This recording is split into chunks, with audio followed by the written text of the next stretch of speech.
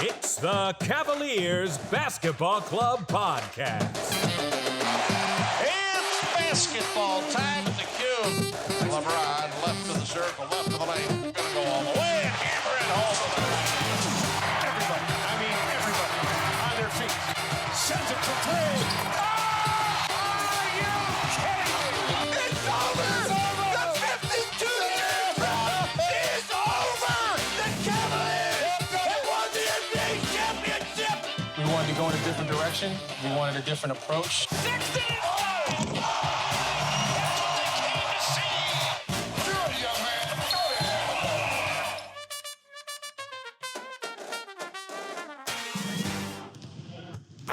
The shoot-around. Hello to all the Cavs fans out there. We are back from the Allstar Break. As always, I'm happy to be joined by Colin, my co-host.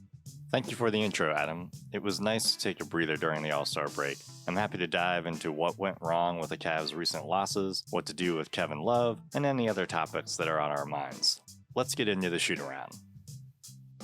The Cavaliers sit at 14-24 after a baffling 100-82 loss on March 15th to the Atlanta Hawks. This was a competitive game going into the fourth quarter as the Cavs were down 66-69, but the Hawks came out and set the Nets on fire, allowing 31 points in the final 12 minutes. The Cavaliers only managed to score 36 total points in the second half. Looking at the stat line, Sexton had only 15 total points, Garland with just 11.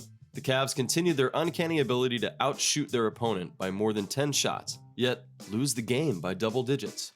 They were just 38% from the field and 26% from downtown. These are numbers for 48 minutes against a team that sits ranked 23rd in defense. Oh, and they shot about 50% from the charity stripe, which was mostly Allen. The big guy definitely has that to work on. We will not be making the playoffs this year shooting like this. What do you think we need to focus on to get out of this shooting funk? Well, that's an excellent question. I think one of the best ways to get out of it is to move the ball better. There were a lot of times during this game where they were doing a lot of one-on-one. They weren't allowing the ball to be faster than their play, a lot of isolation. And you and I have mentioned this a lot of times, and Austin Carr does at least 50 times during a broadcast, is the ball is always faster. So I think they need to trust each other better, and they need to actually run plays that allow people to get off screens and set back screens and actually execute on better shots. When they are passing, it's pretty sloppy. They're getting passes into their big men okay, but they're not, when they're trying to hit people out on the wings and whatnot, the ball is either too low or too high. And again, just trying to get into that shooting pocket just to help these shooters. And maybe the only other thing I can think of is going back to Cleveland. They just seem to shoot a little bit better there. They do not shoot well on the road. You know, you and I started this podcast, and we wish that we had more of people's ears with the Cavs at times. And in this instance, I'm like, we're shooting a lot. We just need to make more baskets. Like, as you pointed out, like, we're shooting more than our opponents. We're trying to shoot the ball more often, and it's just not going in. You bringing up the charity stripe, I thought that was really telling because the Cavs were still in the game, but if they had hit closer to 85% of those free throws, they would have been up by a lot going into the fourth quarter. And I just think that was really telling it was really indicative of how the game went. The only other last thing I would say is the Cavs need to figure out who their shooters are, because we know that Garland and Sexton can produce. Nobody else is producing at a high clip consistently. It's not like one guy off the bench we can rely on. It just isn't there right now. It's Sexton and Garland are able to at least get double-digit points. And nobody else is really, even Allen. Allen's got a tough job, right? We're not really asking him to do that every night, but who are we asking besides Sexland to produce more points? These last two games have been hard because what they showed going into the All-Star break, even though it was a loss, those last 5 games heading in were promising. The play that I've seen over these last 2 games is just really got my head hanging a little low. We're reverting back to bad behaviors of not passing the ball enough, Running better plays, I think you're right on that, because obviously they're out there running offense. They're not just pushing the ball up the court and trying to jam it down the other team's throat the way that I had been complaining about for the last several weeks. They've been backing off of that a little bit more and running more consistent offensive sets. But again, I don't know if they're really taking what's being given to them. I think they're overplaying their hand and trying to force their game at times when they need to kind of take what the other team is allowing. They've got to try and be a little less excited out there. Calm down, make sure that the pass that you're making is the right pass, that it sets the player up that you're giving the ball to be successful. Because I think that's partly why our shooting percentage is so awful. We're setting guys up for failure by not giving them enough distance between them and the defender. That starts with floor spacing and passing the ball, moving the ball around to get that open shot. So we need to do more of that for sure. And overall, it just feels like they're not playing confident basketball out there. Something happened over the break where now they've come in and they've forgotten something that they learned before, and their confidence is shook. I agree. I also think, too, this team is still so young. There are times when it makes sense to do a heat check occasionally, but they're allowing their opponents to score so many points that they kind of need to knock that off. You need to move the ball first, and then if you miss a three that you kind of fought for and how you're passing and cutting and getting screens, okay, cool. But when there are a few times where, they're shooting from the top of the arc, where they're doing a heat check and it's like, no. You all have been allowing too many points in the first half to do that right now. Once you're in a position to kind of figure that out, okay, cool. A heat check now and then makes sense. So we're going to talk more about it in the middle section, but I have to ask, what do we want to say about Kevin Love playing 2 minutes and going out with an injury? I think it all ties to what you just mentioned. Here's a guy who's the highest paid player on the team, and they were trying to start an offense and move their offense through him. That just isn't working. And obviously, when he goes out with under 2 minutes in the first quarter, that's going to throw a funk into everything, because they had a game plan of, okay, we would highlight Love possibly more often. But they haven't been doing that this entire season. And I think that that's the biggest change since the All-Star break, is Love coming back. And I think you hit the nail on the head. It's like, okay, well, Kevin's here, so we need to try to do these things. And it's a little like, but we've been doing these other things. Now we're just changing everything. It's a little baffling. In the first game back, they struggle a great deal. And in the second game, he doesn't make it past 2 minutes, but they had schemed for him and for using him in that game. So when you lose a guy that's going to be a major piece for the game, it doesn't matter if they're limiting his minutes, he's still an important piece. That throws the entire offense off for the rest of the game. They've lost their identity, and I'm not sure this is the best time to bring Kevin back into the fold, because it may complicate things further. When the Cavs have these poor shooting nights and we're not rebounding the ball as well as we were when Drummond was playing for us, that's obviously going to negatively impact us, because we're not getting second chance shots. We're allowing the other team on their side of the court, their offensive side of the court, to get those second chance shots. So we're falling further behind, and we're just not being consistent on the boards. Having Nance back, I thought, was going to improve that a little bit. But I think, again, Nance and Allen haven't played together, so they're still communicating a lot. They shouldn't be getting out rebounded. They both have a ton of experience, and this should not be an issue. Just real quick, this rookie Nathan Knight on Atlanta just tore us up, and he did really well on the boards as well against us. And it was just like, this dude's a rookie. He's a 6'10 rookie at that, which means that he's not even taller than Allen. In respect to rebounding, a lot of it is just pure effort. You need to just want the ball more. I don't know what Bickerstaff and the rest of the coaches are thinking about trying to get the team to clamp back down on defense the way that we were playing so impressively in the first, 10 games or so to start the season. But we have gotten so soft in these last 10 or 15 games. It's almost unwatchable when we don't have the ball. And it's not like the other team is scoring 65, 70% of their shots. They're not. But it feels like that because of how we don't play any kind of consistent on-the-ball defense. On March 12th, the Cavs visited the New Orleans Pelicans at Smoothie King Stadium, maybe the worst named stadium in all of sports, at least the NBA, and they got stomped. There was a lot of excitement going into the game because Kevin Love was starting for the first time since December. Unfortunately, he was real rusty, and the team didn't show up. A symptom of this was how they allowed New Orleans to score nearly 70 points in the first half. Brandon Ingram scored 28 points on 78% shooting. Zion Williamson added another 23.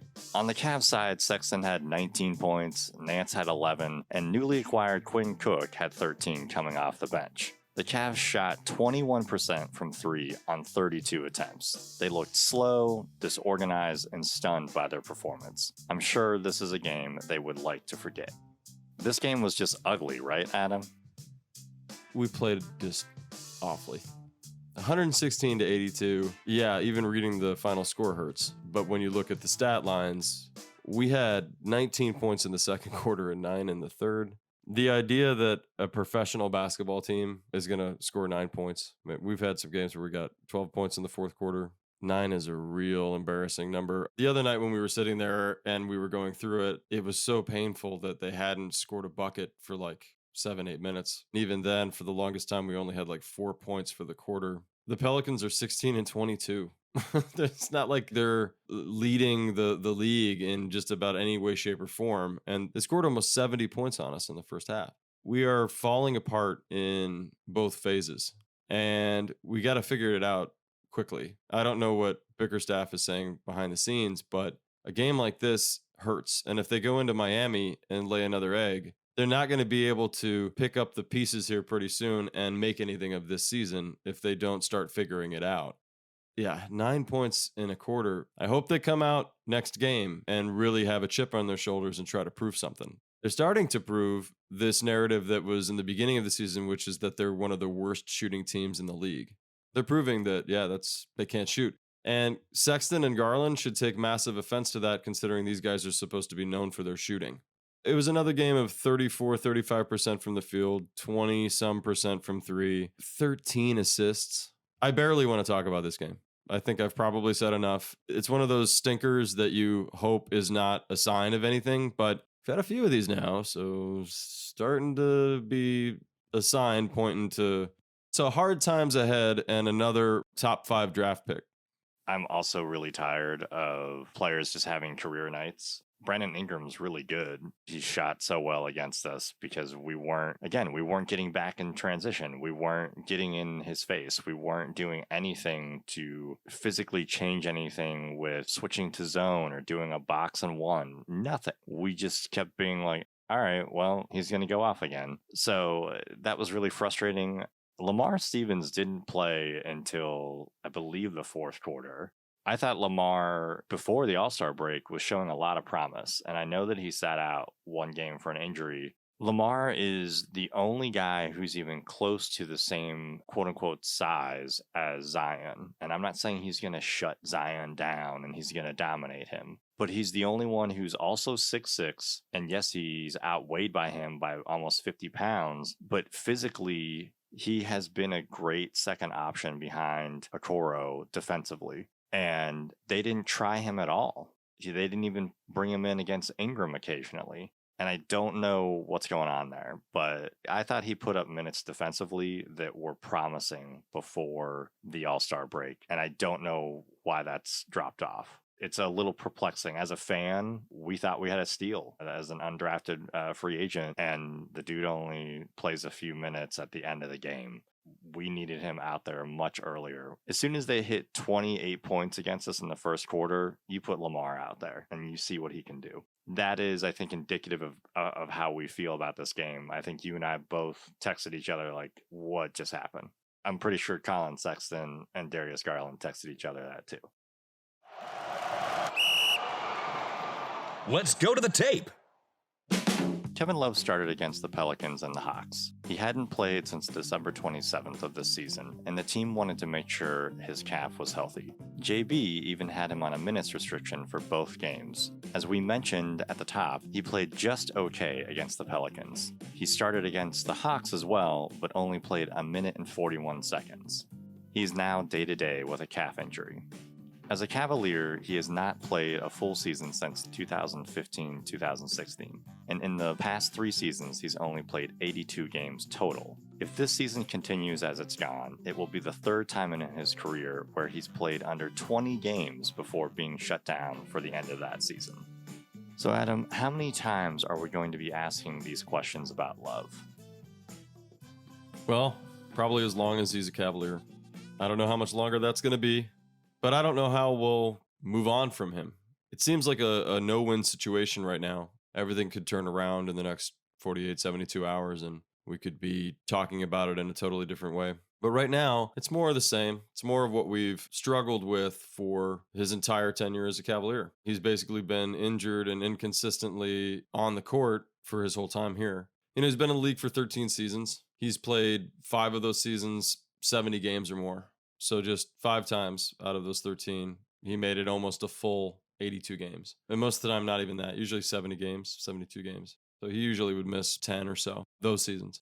Kevin, unfortunately, I've had a nickname for him almost since he joined the Cavaliers. And I believe I said this to you before, not the nickname, but I said this to you when we went to trade Wiggins away for him. I didn't know what Wiggins would be, and he didn't really turn into anything too special. But at the time, I was hesitant to bring Love in because I wasn't sure that he was going to mix as that like Chris Bosh that third star. You knew Kyrie and LeBron's egos and the way they played the game. There wasn't enough basketball for Love. And yeah, his numbers diminished and he had to take a 3rd seat, not even a 2nd seat, as far as being the leader of the team. You know, being in Minnesota, he averaged 26 a night a couple of seasons. He was the up-and-coming stud of the league when he was up there. And when he came to the Cavs, he became this like 3rd wheel that most nights didn't even play the 4th quarter because they didn't know how to pass the ball around enough for Kyrie and LeBron and him in that final quarter. So they gave him the 1st quarter to let him be his own. And then the rest of the game, he basically was on the sidelines. Almost from the beginning, because of what I saw in Minnesota, he was starting to show that he had injury issues, that he could possibly be injury prone. Turns out he has been. I've called him Mr. Glass for the last 6-7 seasons, lovingly so. Sorry, Kevin, I hope that doesn't offend you. I don't want you to be constantly injured, constantly getting hurt, but you've had a string of really bad luck because I'm a film guy. You remind me of the character in Unbreakable called Mr. Glass, who is just not capable of staying healthy. And it's sad. It's a very sad truth to Kevin's career. Given all of this, he's still solid statistically when he can stay on the court. His career averages of 18 points and 11 rebounds, shooting 44% overall and 37% from downtown, has basically been his production every single season, except for 2 years in Minnesota when he scored 26 a night. I want that Kevin Love, right? Kevin is one of those oddities where he's not on the court at all in the last 3 seasons, really. But his statistics have remained solid. When he's playing, there's no fall off to his game. Now, this year, his numbers don't look so good, but he's only played 4 games, and really those 4 games, he's played 2 of them. So he started 4 games, he's played 2. Because of that, I lament that we can't get him out there. I have other questions about him being a fit for this team and for what the Cavs have been building in his absence. But you can't even really get into that kind of conversation when you can't keep him on the court. And I have yet to believe that he's not going to possibly be forced into early retirement at this point. Well, I think for this season, he's proven that he can't stay on the court. I don't know if his injury is worse than what the Cavs have been saying. Love has played all these seasons and you know, he has commanded that respect to choose what he wants to do per se. I mean, he's definitely the highest paid player on the team. He's one of the top 20 highest paid players in the NBA. I understood the Cavs mindset when they signed him. I thought the extension was a little long just because we knew that they were about to have a top 10 pick. Just to kind of refresh people's minds. So the overall contract worth was 5 years, $145 million. So he signed a 4-year, $120 million extension. I remember when that happened, you and I probably called each other right away and we were like, all right, Love is staying, which is cool because the last time LeBron left, we were left with Sessions, Ramon Sessions. Was he around? The cupboard was bare. Right. So we knew that the cupboard wasn't bare. And we also know that Love likes Cleveland. But you and I still were kind of like, that's a long extension. It wasn't about the money to us because Dan Gilbert has the money. It was just more about a 5-year total contract was a long time commitment. He never played more than 65 games since the 2016 season. I think that we are going to keep asking ourselves what we do with him because this could turn into a situation like what happened with J.R. Smith when we basically were kind of like, look, man, we're going to keep paying you. You do what you want to do. If you figure something out with another team, we'll try to facilitate something. It could be that Love is like, no, I'm going to stick it out. I'm going to do the best we can. Something kind of needs to shift just because playing only 4 games for this season is not production that the rest of the team can hang their hat on. You can't just be a leader because you're the highest paid guy. I think that's an unfortunate thing about sports is there are times that contracts just don't work out well and you kind of have to move past certain situations. Love clearly has people's ears. Sexton and Love have a good relationship. At least on the court, Love is talking him up and trying to figure out how defenses are playing him. But at the same time, even in these 2 games that we saw, when he started against New Orleans, the offense was completely different than what they've been playing previously. And when you see that as a fan, you're saying like, okay, yeah, they're trying to infuse Love into the offense. All right, cool. It's just not fitting. You're a 2-guard offense right now. That's your identity. Love needs to be working out of actions that those 2 guards are producing. It shouldn't be vice versa, especially at this point in his career. I don't know if he would want to come off the bench. If that's something he's willing to do, I could see that. He'd be a great 6th or 7th option offensively for sure, but that's definitely up to him. I've always liked Love's style of play. I think the Cavs lucked out in getting him. But we've always thought that it's kind of like, well, is he going to make it through the playoffs? Is he going to make it to the playoffs? Even when LeBron was here, it's always been a little tough to be a fan of his all the time because he's had these issues, which is unfortunate. I think it was important for the Cavaliers organization to acknowledge that losing all 3 of the Cavs' big 3, all 3 at once, was going to hurt the fan base and the organization overall. And it was important at the time to keep Love. The casualty here was probably more of the salary increases that we saw, the cap extension, and how everybody just got paid a lot more all at once. And in order to kind of keep him on, they had to dump that kind of money at him. I wish it had been for less years. I would probably have done maybe 3 years, 2 years with a 3rd option, and maybe even paid him a little bit more money just to keep him here with a shorter contract. I can't fault the Cavs for making the decision at the time, but in hindsight, it's absolutely clear that it has not helped the team to this point. It's nice to have him there to assist some of these guys in their maturation as basketball players and help them see things on the court differently, but you can get that from a coach. It's very sad that this is kind of the end for Kevin Love, but frankly, it was also the beginning and the middle. He's been an injured player for us and not consistently out there. And now it's kind of a nightmare scenario because you're not tradable when you're this inconsistent with your health, especially with the sized contract that he has. I don't see us getting out from under him for maybe 1 more season, possibly. And there's no way we're going to renegotiate his contract. He's not going to take less money because he hasn't been playing games. Even though I kind of think there should be some type of compensation back to the Cavaliers for basically losing out on that investment. When you sign a player like that to that kind of money, you're locking in a great amount of your franchise's wealth that then hinders you from moving forward. And it doesn't help the NBA to have teams locked into 1 or 2 guys' contracts that then they stifle as an organization for almost a decade and they lose their fan base in the process. So it does nobody any good to let people wallow in bad investments. I don't know. But obviously I'm close to it and I have, I want to see the Cavs get out of this. This feels like a little bit of a mini like New York Knicks situation where like we've overspent and we can't get out of it soon enough. Chances are he only plays 4 games this whole season. That's it. You know that he's frustrated by it. Maybe there is a chance during the offseason that maybe he does take some level of a buyout just so he can figure out where he wants to end up. Because the fact of the matter is we have Garland and Sexton and Okoro and Allen, who are 4 starters who we need to see what they can do for us still. Like, we know what Sexton can do. We know these guys can grow. But if one of those building blocks you're expecting to help lead that is not able to show up on the court, you are rudderless because you have all this talent that you've drafted and you're not able to be like, all right, this is the direction we're going because we have our 5 starters, when they don't.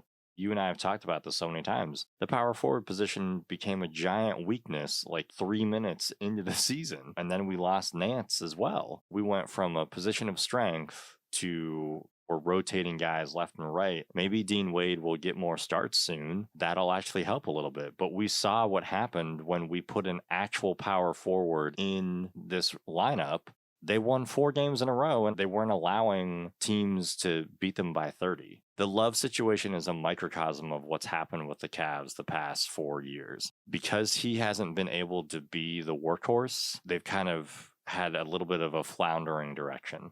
I'm hopeful that they can figure that out quickly and just kind of say, like, bygones be bygones and just run full head steam with the backcourt that they have with Allen and kind of go from there.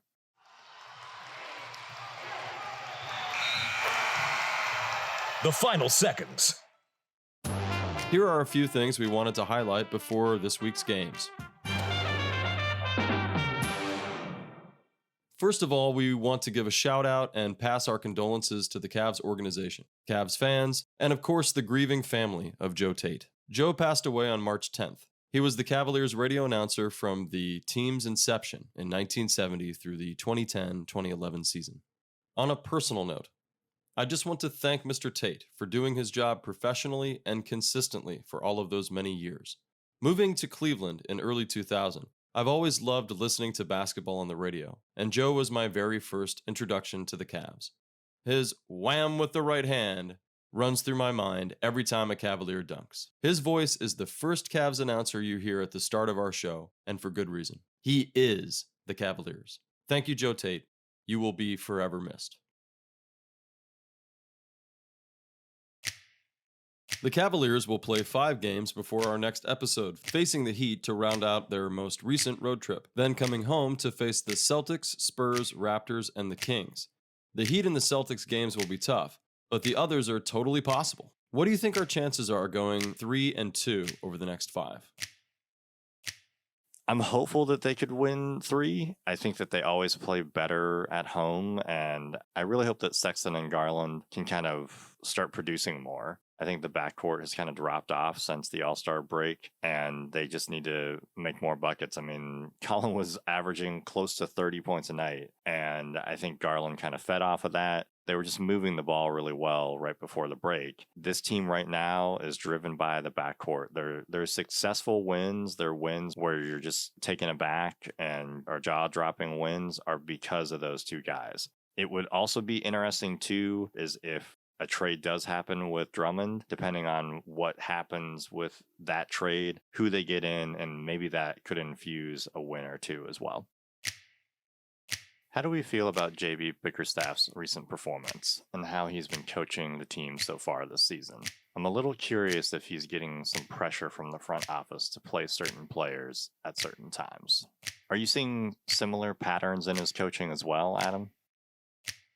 I will admit, in this case, I'm not certain that I've seen the same things as you. I'm not certain that I've noticed that he's being forced to play guys. Love coming back, I don't think that anybody in the organization had to make Bickerstaff take that decision of bringing Love back. If he's healthy, he plays. He's an all-star. He's an NBA champion. If you've got him, you should play him. I wonder if he feels the pressure to play certain guys that he had a vision that would have a greater role on this team. I wonder if he's going to be able to move away from those ideas and embrace what he's actually getting from the players that he has. Some of these guys have been hustling and showing that they can offer a lot more if you just give them 5-6 more minutes a night. I'd like to see him be a little more creative in his rotations and in the ways that he's scheming against these looks that he's consistently getting from teams night in and night out. I don't see the Cavs being attacked differently. I see a team that comes in with a game plan that then can adjust when it doesn't work. And the other team comes in knowing, well, we face the Cavs tonight. So, plan is to run over them. One or two guys are going to have, as we've said, career nights. Your initial question, which is Bickerstaff, how do we feel he's coaching the team this season? I felt good about him for the first 15 games or so. These last 15 games or so have been hard. I saw a team in the first 15 games that even through injury, devastating injuries that made them have to play 6-7 guys a night, that's all they had. I saw a team that was scrappy, that was fundamentally fairly sound for what they were. Maybe couldn't shoot the ball the way you wanted, but played really good defense and team basketball. And I feel like the team basketball and the defense has totally gone out the window. And I've seen a lot more games of just isolation ball, guys trying to get their stats still, but not by playing with each other. I don't know what to expect the coaching staff to do to fix play out on the court. There's only so much they can tell these guys. The players have to go out there and translate it. I am a little bit down right now about the coaching staff. I think you have to feel that way when you're just seeing the offense stagnate, the defense non-existent, and the fundamentals of assists and free throw shooting and stuff like that kind of also going to the wayside. You don't have much left to praise. And a lot of that stuff, if they're not drilling home night in, night out to these guys that they have to set a higher standard for themselves, they're not living up to their responsibility as coaches. I'm sure they are. But from a fan's perspective from the outside, it's very frustrating to watch. And I'm sure it's very frustrating for them too. Well, yet another All-Star break has come and gone. Sadly, some days I feel as if the regular season has become a bit like the All-Star game. No defense, ends in 140 points apiece, and possible triple OT. Just a sideshow. I'll come off my soapbox. Did you catch any of the festivities, or like me, have you stayed away? I did not. The All-Star game, they tried to change it up with captains, and LeBron's been a captain for every time now. They score almost 200 points. It's not really basketball. They move out of the way when guys are trying to dunk. It's Harlem Globetrotters ball. That's not professional basketball. That's literally a show that you go to. You pay tickets to see almost actors playing basketball. This year with COVID, that's on the front of everybody's mind in a lot of ways. And the season has been a great respite in watching basketball and kind of taking a break from everything going on with the pandemic. But I kind of thought this was a situation where the league could have said all right, well, everybody's going to get their bonuses and everything like that when you get selected to the All-Star game. But we're going to give you those bonuses, but we're also going to match those same bonuses and give them to some type of COVID relief. Joel Embiid of the 76ers gave all of his to 3 different homeless shelters in Philadelphia. And that's what I would have rather seen. We didn't need to have a party in Atlanta. We needed to have an all-star selection and then the league continue its movement they tried to push during the first season that they had dealing with COVID last year and show more of that. It was just more of, we know what this is. It hasn't changed. And especially right now, you all could have shown that you're a little better than that. Not to be a Debbie Downer, but it's people need help. Why don't you give some money to some other places? So I know we've talked about this guy a lot, Adam, but have you noticed that Jetty's sporting the headband at times? Are you a pro headband look or are you anti-headband? I've never been a headband fan. I don't personally think that most people can pull it off, because it almost highlights the abnormal shape of people's heads, and it's an eyesore. It's not a look that I would recommend most people to try. And you and I, for years, would talk about LeBron's choice of wearing a headband. I think most people anymore maybe don't even remember that he did. It was always this big controversy that when he was having a bad game, he would take it off. And I thought, well, if you think that your headband could have an effect on your game, maybe you should just keep it off in general, And I guess he came to that conclusion too over time. With Jetty, it seems like it's utility, at least, where his hair has grown so long and poofy that it doesn't stay out of his eyes. And when he's trying to take a shot, I think it's getting in his way. I would tell him that at his salary, he probably can afford a haircut. They probably even do them in the facility, and so he doesn't even have to go anywhere. So, yeah, headband, no.